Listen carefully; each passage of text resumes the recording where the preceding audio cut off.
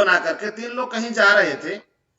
ہم اور آپ بھی کہیں نہ کہیں نکلتے ہیں تو گروپنگ کر لیا کرتے ہیں کہ چلیں صاحب ساتھ رہے گا اچھا رہے گا.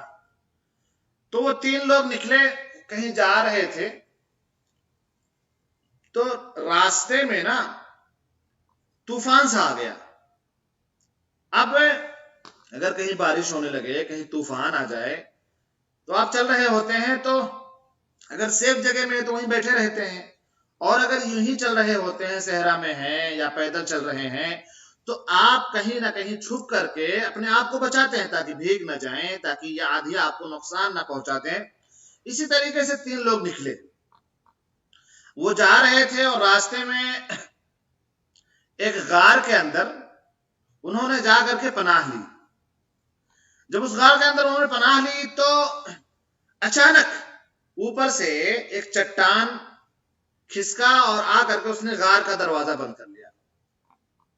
اب آپ تصور کیجئے کہ ایسے حالات میں جب آپ بہت قاعدے سے بہت مطمئن ہو کر کے کہیں لیٹے ہوئے ہوں بیٹھے ہوں, اچانک چاروں طرف سے دروازہ بند ہو جائے اور اندھیرا ہو جائے تو کیا ہوگا. بہرحال وہ لوگ اس غار میں تھے, چٹان نے غار کا دروازہ بند کر دیا اور وہاں سے نکلنے کے کوئی چانسز نظر نہیں آ رہے تھے. کوئی تھا بھی نہیں جس کو لوگ پکار لیتے, کوئی بلا لیتے, کوئی مدد کرنے والا بھی نہیں تھا, کوئی ایجنسی بھی نہیں تھی.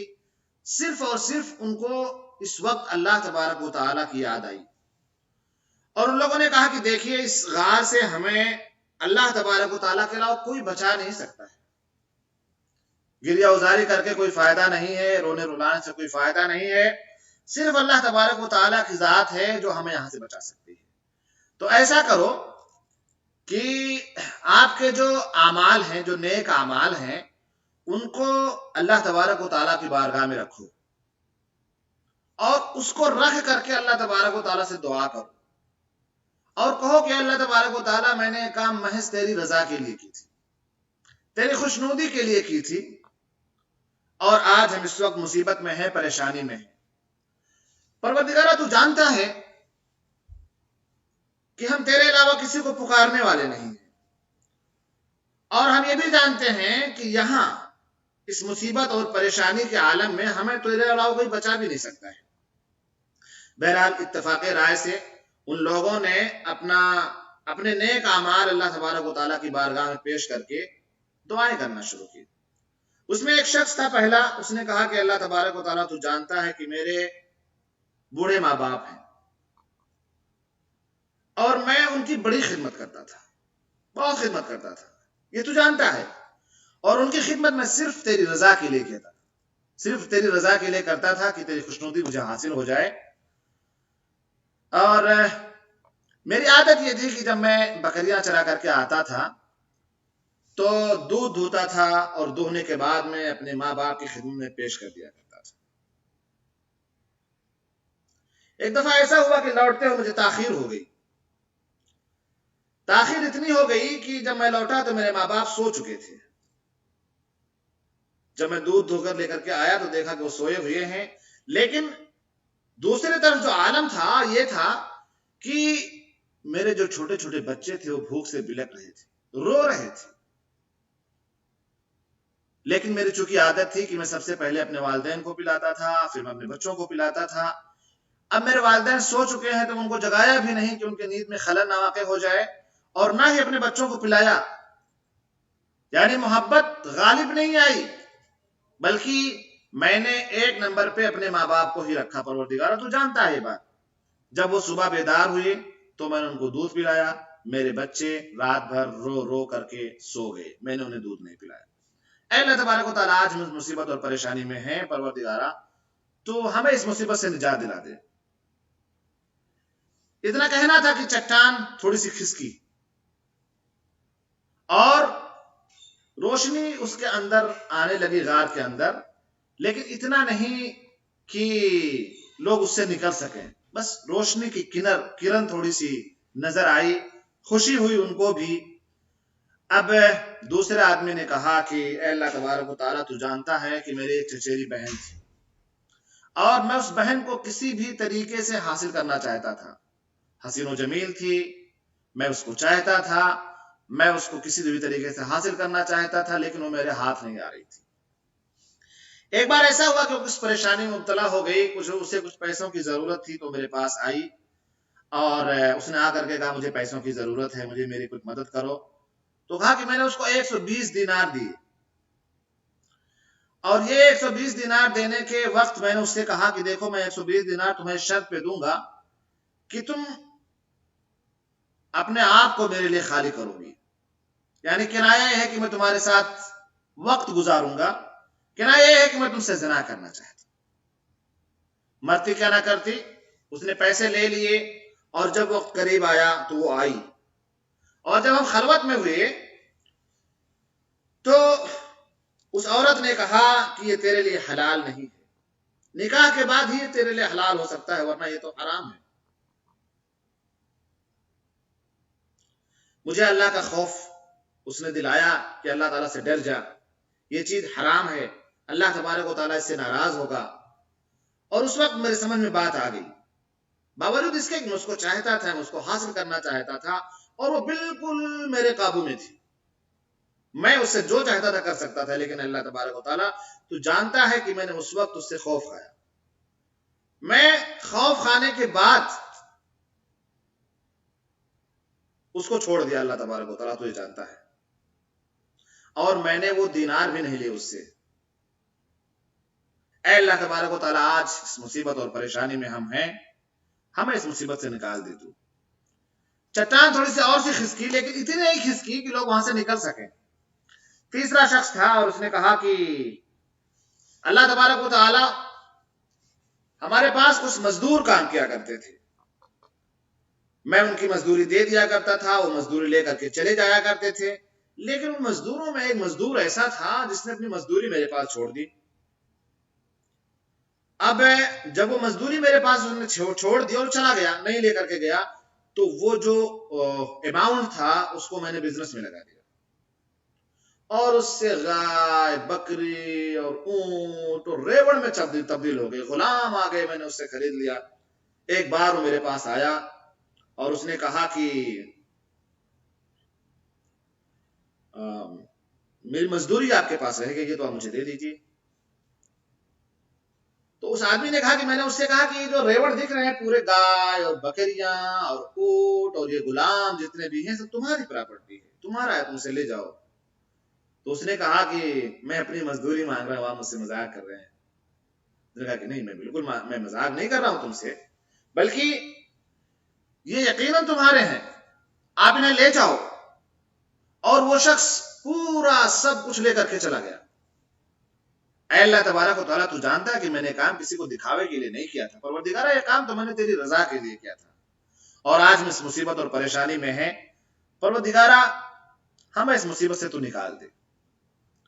چٹان مکمل طور سے کھسک گئی، غار کا دروازہ کھل گیا اور وہ سب غار سے نکل گئے۔ یہ رہا واقعہ۔ ہماری اور آپ کی زندگی میں بھی ایسا کبھی کبھی ہو سکتا ہے، ہوتا ہے، ہم انسان ہیں، کہیں نہ کہیں کسی مصیبت اور پریشانی میں ہم پڑ جاتے ہیں، اور اللہ تبارک و تعالیٰ ہی ہمیں نجات دیتا ہے، کیونکہ ہمارا عقیدہ بھی یہی کہ اللہ تبارک و تعالیٰ کی مرضی کے بغیر تو کچھ ہونے والا بھی نہیں ہے۔ جتنے لوگ آپ مجھے دیکھ رہے ہیں کلاس میں ہیں، اور جو لوگ بھی اسے دیکھیں گے جب تک یہ کلپ موجود ہے سوشل میڈیا پر، آپ سارے لوگ اپنے آپ سے پوچھئے گا کہ کیا کبھی ایسا نہیں ہوا ہے کہ آپ نے کوئی چیز اللہ تبارک و تعالیٰ سے مانگی اور اللہ تبارک و تعالیٰ کو دے دی ہے؟ یقیناً ملا ہوگا۔ یہ قصہ بیان کرنے کا مقصد میرا یہ ہے کہ اس سے کچھ دروس ہمیں ملیں گے، کچھ فوائد ہمیں ملیں گے، وہ ہم آپ کے سامنے پیش کریں گے مختصر۔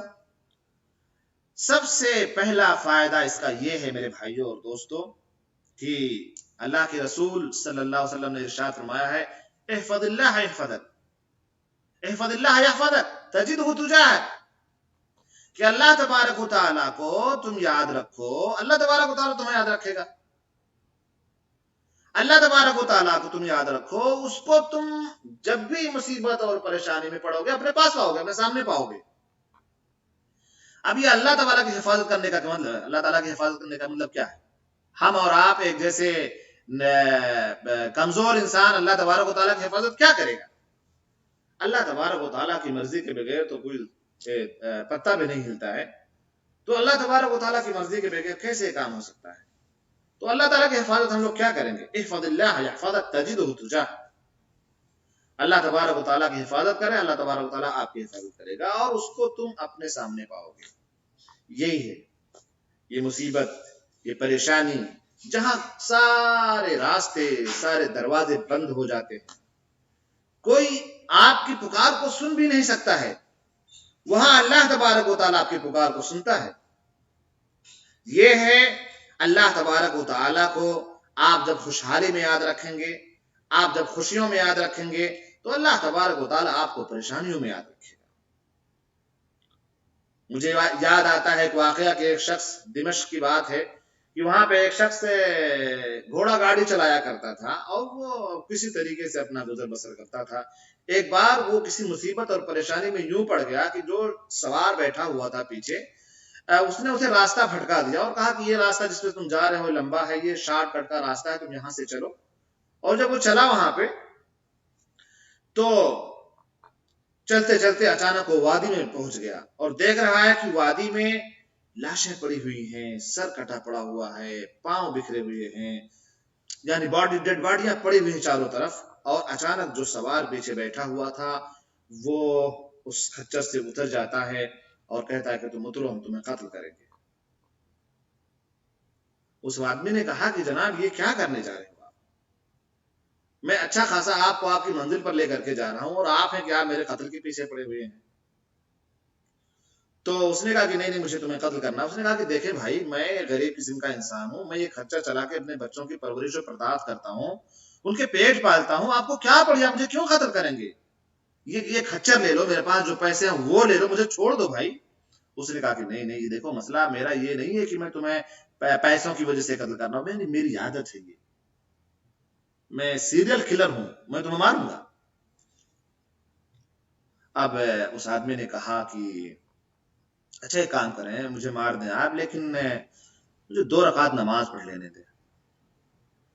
2 رکعت نماز پڑھتا ہے وہ اور وہ اپنے رب کو پکارتا ہے، اللہ تبارک و تعالیٰ کو یاد کرتا ہے۔ اَمَّن یُجِیبُ الْمُضْطَرَّ اِذَا دَعَاهُ وَیَکْشِفُ السُّوءَ وَیَجْعَلُکُمْ خُلَفَاءَ الْأَرْضِ اَإِلَٰهٌ مَّعَ اللَّهِ قَلِیلًا مَّا تَذَکَّرُونَ۔ میرے بھائی اور دوستو، اللہ تبارک و تعالیٰ کو یاد کرتا ہے وہاں جہاں کوئی نہیں ہے، وہاں صرف وہ قاتل ہے بس، اور کوئی بھی نہیں ہے۔ اچانک ایک شخص نمودار ہوتا ہے اور آ کر کے اس کو قتل کر دیتا ہے۔ جب یہ نماز سے فارغ ہوتا ہے تو اس سے پوچھتا ہے کہ تم کون ہو، کہاں سے آئے ہو، کس کے حکم پر آئے ہو؟ میں آپ کو نہیں جانتا ہوں۔ تو اس نے کہا کہ میں بھی آپ کو نہیں جانتا ہوں، بس اللہ تبارک و تعالیٰ نے مجھے حکم دیا کہ جاؤ، میرا فلاں بندہ مصیبت اور پریشانی میں ہے، یاد کر رہا ہے تمہیں، جاؤ اس کی مدد کر کے آؤ، اور میں اس کے حکم کا پالن کرتے ہوئے میں آ گیا۔ میرے بھائی اور دوستو، واقعات بہت سارے ہیں۔ آپ کو پتا ہے کہ وہ شخص جو اللہ کے رسول صلی اللہ علیہ وسلم کو قتل کرنا چاہتا تھا، آپ سوئے ہوئے تھے، تلوار آپ کی لٹک رہی تھی، اور وہ ایک شخص بڑا موقع تلاشتے ہوئے آتا ہے، آپ کو اکیلے پاتا ہے، تلوار اپنے ہاتھ میں لے لیتا ہے اور گرجدار آواز میں جگاتا ہے کہ محمد اٹھو، تمہیں مجھ سے کون بچائے گا؟ شاید اس بات کو سوچ کر کے خوش تھا کہ محمد کے اصحاب ساتھ میں نہیں ہیں، تلوار ہمارے ہاتھ میں ہے، آج میں محمد کا خاتمہ کر دوں گا، نعوذ باللہ۔ اللہ کے رسول صلی اللہ علیہ وسلم نے اسے کوئی گریہ ازاری نہیں کی، اس سے یہ نہیں کہا کہ تم چھوڑ، تم کیا کرنے جا رہے ہو، تمہیں کیا پڑی ہے ہم سے، کون سی دشمنی، یہ نہیں کہا۔ آپ صلی اللہ علیہ وسلم نے صرف کہا اللہ اللہ، مجھے میرا رب بچائے گا۔ اتنا سننا تھا کہ وہ تھر تھر کانپنے لگا، تلوار اس کے ہاتھ سے چھوٹ کر کے گر گئی۔ اللہ کے رسول نے اسے تلوار اپنے ہاتھ میں لے کر کے کہا کہ بتاؤ اب تمہیں کون اٹھائے، تمہیں کون بچائے گا؟ کیونکہ وہ کافر تھا، وہ تو اللہ تبارک و تعالیٰ کو مانتا نہیں تھا۔ بہرحال اللہ کے رسول صلی اللہ علیہ وسلم نے اسے معاف کر دیا۔ میرے بھائی اور دوستو، احفظ اللہ یحفظک، اللہ تبارک و تعالیٰ کی حفاظت کریں، اللہ تعالیٰ آپ کی حفاظت کرے گا۔ مصیبتوں میں آپ پھنسیں گے، اللہ تبارک و تعالیٰ آپ کی مدد کرے گا۔ دوسرا فائدہ یہ ہے اس کا کہ ہم اور آپ جو اپنی زندگی میں اعمال صالحہ کرتے ہیں، نیک عمل جو ہم کرتے ہیں، اس کے بینیفٹس ہیں۔ آخرت میں تو آپ کو ملنے والا ہے انشاءاللہ، لیکن اس کا فائدہ دنیا میں بھی آپ کو ملے گا۔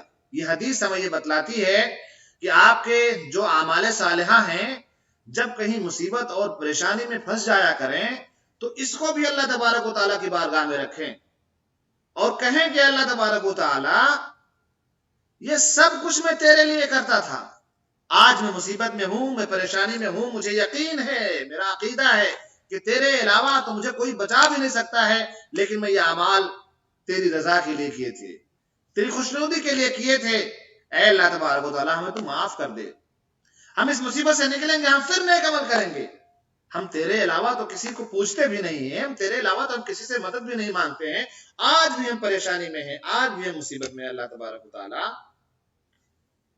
ہمیں اس مصیبت سے نکال دے۔ تو جب بھی آپ کسی مصیبت اور پریشانی میں پھنسیں تو طریقہ یہ ہونا چاہیے ایک مسلم کا، ایک مومن کا، کہ وہ غیر اللہ کے سامنے جانے کے بجائے، شرک و بدعات میں پڑنے کے بجائے، جو اللہ کے رسول صلی اللہ علیہ وسلم نے ہمیں طریقے بتلائے ہیں اس کے اوپر اپنا لے۔ اسی کو لوگ وسیلہ کہتے ہیں، اور یہی وسیلہ ہے کہ اپنے نیک اعمال کو اللہ تبارک و تعالیٰ کے سامنے پیش کر کے اس کا وسیلہ لیجیے اور کہیے کہ اللہ تبارک و تعالیٰ ان اعمال کو سامنے رکھتے ہوئے میں تجھ سے دعا کرتا ہوں، اللہ تبارک و تعالیٰ تو میری مدد کرتے۔ یہ ہے وسیلہ اصل، جو وسیلہ مشروع ہے۔ وہ وسیلہ نہیں ہے جو آپ کو قبروں پر لے کر کے چلا جائے، جو آپ کو ولیوں کے پاس لے کر کے چلا جائے، جو آپ کو پیروں کے سامنے کھڑا کر دے، جو آپ کو شرک کرنے پر مجبور کر دے، جو آپ کو بدعات میں مبتلا کر دے، وہ سارے کے سارے باطل ہیں۔ وسیلہ یہی ہے۔ اب بات آگئی تو میں بتلاتا چلوں کہ وسیلہ جو مشروع ہے وہ نیک اعمال کو پیش کر کے آپ دعا کریے۔ دوسرا یہ ہے کہ اللہ تبارک و تعالیٰ کے اسماء و صفات ہیں، وَلِلَّهِ الْأَسْمَاءُ الْحُسْنَىٰ فَادْعُوهُ بِهَا، ان ناموں کو ذکر کر کے اس کے ساتھ آپ دعا کیجیے۔ تیسرا یہ کہ نیک شخص ہو، موجود ہو، زندہ ہو، آپ کی بات کو سن سکتا ہو، آپ کو جواب دے سکتا ہو، یہ ساری شرطیں پائی جانی چاہیے کہ نیک ہو، جس کے پاس آپ جا رہے ہیں اس کے پاس جا کر کے دعا کروا سکتے ہیں۔ یہ تین قسمیں ایسی ہیں جو ثابت ہیں، تین طرح کا وسیلہ آپ لے سکتے ہیں، اس کے علاوہ کوئی بھی وسیلہ آپ نہیں لے سکتے، سب کے سب باطل ہیں۔ تیسرا فائدہ اس کا یہ ہے میرے بھائیوں اور دوستو کہ کل بھی بات آئی تھی نیک اور صالح لوگوں کی صحبت بڑی اچھی ہوتی ہے۔ آپ نیک لوگوں کے بیچ میں بیٹھیں گے تو اچھی باتیں آپ کو ملیں گی۔ اگر شرابیوں اور کبابیوں کے بیچ میں یہ لوگ ہوتے تو کیا کرتے؟ اسی میں مگن ہوتے۔ یہ تینوں کے تینوں نیک بندے تھے اللہ تبارک و تعالیٰ کی، مصیبت اور پریشانی میں پھنسے جب تو انہیں اللہ تبارک و تعالیٰ یاد آ گیا، اور ان لوگوں نے اللہ تبارک و تعالیٰ کو یاد کیا اور کہا کہ دیکھو اس وقت مصیبت اور پریشانی میں اللہ تبارک و تعالیٰ کے علاوہ کوئی نہیں بچا سکتا ہے۔ تو اب جب کوئی بچا بھی نہیں سکتا ہے تو اسی کو پکارنا بھی چاہیے، کیونکہ جب وہی بچانے والا ہے جب اسی کو پکاریں گے تو وہی ہم کو بچائے گا۔ اور اس کے اندر جو ایک بہت بڑا فائدہ ہے وہ یہ ہے کہ والدین کے ساتھ حسن سلوک کرنا چاہیے۔ والدین کون ہیں؟ والدین وَقَضَىٰ رَبُّكَ أَلَّا تَعْبُدُوا إِلَّا إِيَّاهُ وَبِالْوَالِدَيْنِ إِحْسَانًا۔ سبحان اللہ، اللہ تبارک و تعالیٰ نے یہ حکم صادر فرما دیا ہے کہ اللہ تبارک و تعالیٰ کے علاوہ کسی کی پوجا نہ کرو۔ وَقَضَىٰ رَبُّكَ أَلَّا تَعْبُدُوا إِلَّا إِيَّاهُ وَبِالْوَالِدَيْنِ إِحْسَانًا۔ والدین کے ساتھ حسن سلوک کرو، ان کے ساتھ معاملات آپ کے اچھے ہونے چاہیے، ان کے ساتھ معاملات آپ کے ترش نہیں ہونے چاہیے، ان کو جھڑکنا نہیں چاہیے۔ اسی آیت میں اللہ تبارک و تعالیٰ نے آگے فرمایا ہے کہ وَقَضَىٰ رَبُّكَ أَلَّا تَعْبُدُوا إِلَّا إِيَّاهُ وَبِالْوَالِدَيْنِ إِحْسَانًا إِمَّا يَبْلُغَنَّ عِندَكَ الْكِبَرَ أَحَدُهُمَا أَوْ كِلَاهُمَا فَلَا تَقُل لَّهُمَا أُفٍّ وَلَا تَنْهَرْهُمَا وَقُل لَّهُمَا قَوْلًا كَرِيمًا۔ والدین میں دونوں یا دونوں میں سے کوئی ایک اگر بڑھاپے کو پہنچ جائیں تو انہیں دیکھو ڈانٹو نہیں، چھڑکو نہیں، انہیں مارو پیٹو نہیں، ارے انہیں اف تک نہ کہو۔ وَلَا تَقُل لَّهُمَا اف وَلَا تَنْهَرْهُمَا وَقُل لَّهُمَا قَوْلًا كَرِيمًا۔ اگر وہ دونوں آپ کو مل گئے ہیں تو آپ انہیں ڈانٹو نہیں، جھڑکو نہیں، مارو پیٹو نہیں، گھر سے بھگا مت دو،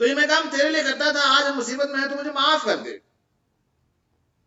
دوسرے نے بھی کہا کہ اللہ میں تجھ سے خوف کھا کر کے اس بدعمل کو چھوڑ دیا، اور وہ پیسے میں نے بھی اس کے پاس چھوڑ دیا، 120 دینار میں نے نہیں لیا اس سے، تو میں نے اس کو چھوڑا بھی تیری رضا کے لیے، اور میں نے پیسے بھی چھوڑے تیری رضا کے لیے۔ تو اللہ تبارک و تعالی تیسرے نے کیا کہا؟ تیسرے نے تو بہت بڑی قربانی دے دی، اتنا تھوڑا سا اماؤنٹ تھا، اس سے اس نے بزنس کیے، بزنس میں برکت ہوئی، گائے کا ریوڑ الگ ہے، بکریوں کا ریوڑ الگ ہے، اونٹوں کا ریوڑ الگ ہے، غلام وغیرہ الگ ہیں، اور وہ بندہ آیا سب کو لے کر کے چلا بھی گیا، اس نے چھوڑا بھی نہیں کچھ، اور اس نے کچھ کہا بھی نہیں، کہا کہ اللہ تبارک و تعالیٰ یہ کام میں صرف اور صرف تیرے لیے کیا تھا، ورنہ میں چاہتا تو میں اس کا وہ جو بھی تھوڑی سی معمولی سی قیمت تھی، اس کا جو بھی تھوڑا سا اس کا محنتانہ تھا، میں اسے دے دیتا اور لے کر کے چلا جاتا۔